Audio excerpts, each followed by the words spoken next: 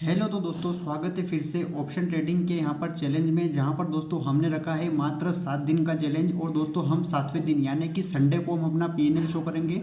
सोमवार, मंगलवार, बुधवार, गुरुवार, शुक्रवार को हम यहाँ पर ट्रेडिंग करेंगे। तो और उसके बाद में दोस्तों जो हमारा पीएनएल यानी कि 7 दिन यानी कि जो जितना दिन मार्केट यहाँ पर चलता है उसका जितना भी सारांश है, क्या क्या हमने यहाँ पर चीज़ सीखने को यहाँ पर मिला, तो संडे को सारा पीएनएल यहाँ पर शो करेंगे। और ये जो क्रम है यहाँ लगातार हमारा जो चलता ही जाएगा, क्योंकि दोस्तों यहाँ पर होता क्या है कि मैं डेली यहाँ पर ट्रेड लूँगा। मेरा जो लॉजिक है, मेरा प्रॉफिट होगा, लॉस होगा, ये सारा क्यों होगा, ये सारा मैं आपको भी बताऊंगा। क्योंकि आप क्या पता जो सिचुएशन आज बनी वही सिचुएशन कल बन जाए और आप लॉस से बच सको। तो इसीलिए दोस्तों इस वीडियो को ध्यान से देखना। अगर आपको यहाँ पे कुछ इतना भी सीखने को मिले तो प्लीज़ एक मेरी मेहनत के लिए एक लाइक और चैनल को सब्सक्राइब कर देना, क्योंकि डेली आपको यहाँ पर इंटरेस्टिंग और इन्फॉर्मेटिव वीडियो मिलेगी। तो चलिए यहाँ पर चलते हैं एंजल वन के अकाउंट पर और वहाँ पर देखते हैं। सबसे पहले दिन में हमारा हुआ है लॉस, और मुझे पता है कि लॉस हुआ है, इसीलिए मेरी वीडियो को कोई लाइक नहीं करेगा। क्योंकि यहाँ पर अच्छी अच्छी रील अगर आपके सामने यहाँ पर प्रॉफिट की आ जाए तो बस आप अच्छे खासे उस पर एक तरह से पूरा उस पर छा जाते हो। तो इसीलिए दोस्तों यहाँ पर क्या है कि स्टॉक मार्केट में लॉस कोई देखना नहीं चाहता। अगर यहाँ पर कोई अच्छा सा बिल्कुल दिल से ट्रेडिंग सीखना चाहता है तो लॉस कैसे हुआ ये सारा आप लॉजिक समझना। क्योंकि दोस्तों ऐसा लॉस आपके साथ भी हो सकता है, ऐसा फेक ब्रेकआउट में आप भी फंस सकते हो। तो इसीलिए ध्यान से देखना। दोस्तों हम आ चुके हैं लैपटॉप की स्क्रीन पर, जहां पर सिंपली आज हमारे पहले दिन में हमें हुआ है यहाँ पर 2 ट्रेड लिए थे, जहां पर हमें 1000 रुपये का लॉस हुआ है। पहले ट्रेड में भी लॉस, दूसरे ट्रेड में भी लॉस। ये दोनों लॉस इतना यहाँ पर आप भी यहाँ पर चकित रह जाओगे कि ऐसा ट्रेड तो बिल्कुल बनता है। पर दोस्तों यहाँ पर ऑपरेटर ने कैसे धोखा दिया है सारा मैं आपको यहाँ पर लॉजिक समझाऊंगा। तो दोस्तों हम आ चुके हैं चार्ट पर, जहां पर सिंपली आप देखोगे यहाँ से मार्केट की 26 तारीख की हल्की सी गैप डाउन ओपनिंग देखने को मिली। गैप डाउन ओपनिंग देखने के बाद में मार्केट हल्का सा ऊपर, बायर्स जो थे यहाँ पर अच्छा खासा इसको ऊपर खींचा। और यहाँ से यानी कि जो मैंने पहले ड्रॉ करा था 22,152 की जो रेंज, यहीं से मार्केट ने सपोर्ट लिया और धीरे धीरे कॉल की तरफ ऊपर चला गया। यहाँ पर इसने गैप भरी। गैप भरने के बाद में मैं बताऊँगा कि 22,000 की जो रेंज इतनी अच्छी खासी यहाँ पर रजिस्टेंस के तौर पर मानो या फिर सपोर्ट के तौर पर मानो, बहुत ही भयंकर रेंज थी। तो just market as it is यहीं से मार्केट रिवर्स हुआ और दोस्तों यहीं से एक कैंडल बनी और उसके बाद में मार्केट इसको भी ब्रेक करते हुए नीचे आ गया। दोस्तों हमारा जो ट्रेड बन रहा था यहाँ बन रहा था, पर दोस्तों यहाँ से देखो, यहाँ से जो यहाँ तक इतनी बड़ी कैंडल लग गई थी। तो दोस्तों हमें एक कुल मिला के यहाँ पर अनकन्फर्मेशन थी, क्योंकि अगर ब्रेकआउट छोटा होता तो मैं 100% यहाँ पर एंट्री लेता। पर दोस्तों कभी भी आप ऐसी चीज़ में ध्यान रखना कि जैसे कि यहाँ पर देखो कैंडल यहाँ तक तो आई थी, पर मार्केट ने वापस यानी कि कॉल बार इतने अच्छे एक्टिव हुए कि वापस इस कैंडल को पूरा अंदर खींच लिया। तो इसीलिए दोस्तों यहाँ पर बहुत ही कम चांस रहते हैं कि नेक्स्ट कैंडल रेड बनती है। ये तो क्या है कि यहीं से सेलर्स अच्छे खासे एक्टिव हो गए थे, इसीलिए दोस्तों यहाँ पर रेड बनी।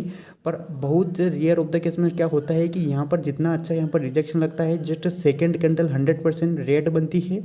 और दोस्तों अगर हम ऐसे फेक ब्रेकआउट में फंस जाते हैं तो रेड कैंडल अपना ऐसे ले जाती है। उसके बाद में दोस्तों जैसा ही इस रेड लाइन का ब्रेकआउट हुआ, उसके बाद में जो हमारा टारगेट था वो निकल के आ रहा था यहाँ पर 22,112। क्योंकि मैं आपको जूम करके बताता हूँ कि 22,112 है जो मैंने यहाँ पर इसीलिए ड्रॉ कर रखा है कि देखो मार्केट ने एक बार ऊंचा किया था, वापस इसका यहाँ पर रेजिस्टेंस लिया, इसका भी यहाँ पर रेजिस्टेंस लिया था और सपोर्ट भी मान सकते हो। तो इसीलिए दोस्तों कहीं ना कहीं एक अच्छी इसने भूमिका यहाँ पर वापस निभाई। और यहाँ पर देखना ध्यान से कि मार्केट ने जस्ट एज इट इज यहीं से मार्केट ने अच्छा खासा सपोर्ट लिया और मार्केट वापस उसी रेंज यानी कि हमारी जो 22,152 की जो रेंज थी बस उसी के बाद चला गया। उसके बाद में दोस्तों कभी भी ध्यान रखना कि अगर जैसा कि मार्केट यहीं से अगर नीचे आता है, जैसे कि एक तरफा यहाँ से कहाँ गया नीचे, तो दोस्तों कभी ध्यान से देखना यहाँ से मार्केट कहाँ आ गया नीचे। तो दोस्तों कभी भी ध्यान रखना कि यहाँ से अगर यहाँ नीचे आ जाए तो दोस्तों अपने को यहाँ पर वेट करना है मार्केट के साइडवेज होने का। क्योंकि दोस्तों यहाँ पर ऐसी नहीं है कि अगर जितना जल्दी यहाँ पर जैसे कि यहाँ पर भी ब्रेकआउट हो जाए ना तो 100% यहाँ पर भी लोगों के ऐसे हिट हो सकते। क्योंकि दोस्तों जितना जल्दी मतलब कि वेट कराएगा मार्केट, जितना ज़्यादा कॉन्सिडरेट होगा यहाँ पर मार्केट, तो उतने ही ज़्यादा यहाँ पर फिर अच्छा खासा ब्रेकआउट देखने को मिलेगा। तो इसीलिए दोस्तों यहाँ पर जो मैंने चाह रहा था वही हुआ। मार्केट यहाँ पर साइडवेज तो हुआ, साइडवेज होने के बाद में यहाँ से यहाँ देख सकते हो कि मार्केट अच्छा खासा साइडवेज हुआ। पर दोस्तों यहाँ पर देखना ध्यान से कि 11 बज के यहाँ पर इसने 10:55 की कैंडल का ब्रेकआउट हुआ। जस्ट ब्रेकआउट होते ही मैंने ट्रेड लिया, क्योंकि दोस्तों मार्केट ऑलरेडी साइडवेज हो चुका था। तो मैं समझा कि यहाँ पर बहुत ही अच्छा खासा अपने को रैली दिख सकती है। पर दोस्तों यहाँ पर देखना कि ये था एक फेक ब्रेकआउट। और दोस्तों यहाँ तक कैंडल तो गई, यहाँ तक अच्छा खासा लॉस चला, प्रॉफिट चला हमारा। पर एक ही तरफा मार्केट ने यानी कि ऑपरेटर ने वापस इसको अंदर खींच लिया मार्केट को और उसी रेंज में लाके रख दिया। क्योंकि दोस्तों ये छोटे मोटे रिटेलर का काम नहीं, ये है एक ऑपरेटर का काम। क्योंकि दोस्तों इतनी बड़ी कैंडल एकदम बनाना छोटे मोटे जो रिटेलर ट्रेडर जैसे कि अपन रहते हैं तो अपने बस की तो कोई बात है ही नहीं। तो इसीलिए दोस्तों ये था एक फ्रेक ब्रेकआउट, यहाँ पर हमारा ऐसे लिमिट हुआ। उसके बाद में ध्यान से देखना, फिर हम आगे चलते हैं। यहाँ पर देखना कि मार्केट धीरे धीरे नीचे आया, नीचे आने के बाद में वापस मार्केट ट्रेंड लाइन के थ्रू ऊपर चला। ऊपर चलने के बाद में दोस्तों देखो मार्केट ने इस एक बार सपोर्ट लिया इस ट्रेंड लाइन का, मार्केट ने एक बार सपोर्ट लिया, 2 बार सपोर्ट लिया, वापस 3 बार सपोर्ट लिया। तो दोस्तों यहाँ पर इसका भी ब्रेकआउट हुआ। जो हमारा ये प्रीवियस यहाँ पर अच्छा खासा रेजिस्टेंस है इसका भी ब्रेकआउट हो गया, इस कैंडल ने ब्रेकआउट कर दिया। तो इसीलिए दोस्तों मार्केट में क्या हुआ कि एक बार यहाँ पर बड़ा ब्रेकआउट था, तो मैं एक बार मार्केट के रिटेस्ट का वेट कर रहा था कि मार्केट अगर रिटेस्ट होता है तो यहाँ पर मैं एंट्री लूँगा। जस्ट ऐसी चीज़ यही हुआ, मार्केट नीचे तक आया पर कॉल्स एक्टिव थे यहाँ पर, कॉल बायर तो यहाँ अच्छा खासा ऊपर घींच तो लिया। यहीं पर दोस्तों हमने एंट्री बनाई और कैंडल का जो हाफ था यहाँ पर एसएल बनाया ये वाला। तो मार्केट ने अच्छा खासा यहाँ तक हमारा जो एक प्रॉफिट चला और हमारा जो टारगेट था ये वाला, पर हमें टारगेट नहीं मिला और धीरे धीरे मार्केट अच्छा खासा साइडवेज रहा। और जो एक कैंडल आई यहाँ पर ध्यान से देखना है, डोजी कैंडल बनी और इसी ने हमारा एसएल हिट करा दिया। और उसके बाद में देख ही सकते हो कि अगर यहाँ पर हम एसएल जो नहीं लगाते तो यहाँ पर अच्छा खासा हमें लॉस हो सकता था।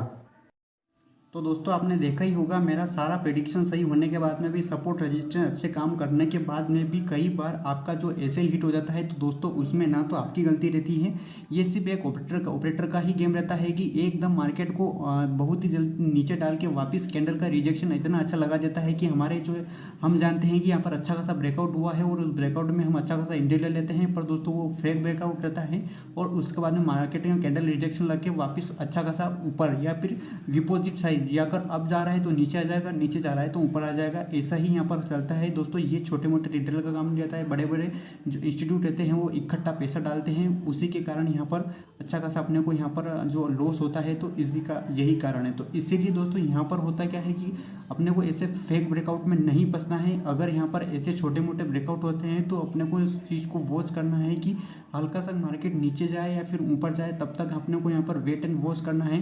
बहुत सारे लोग क्या होता है कि जब तक ब्रेकआउट ही नहीं होता उससे पहले ट्रेड लेकर छोड़ देते हैं और मार्केट फिर उसी रेंज में वापस ऊपर भाग जाता है। तो इस चीज़ का अपने को यहाँ पर ध्यान रखना है।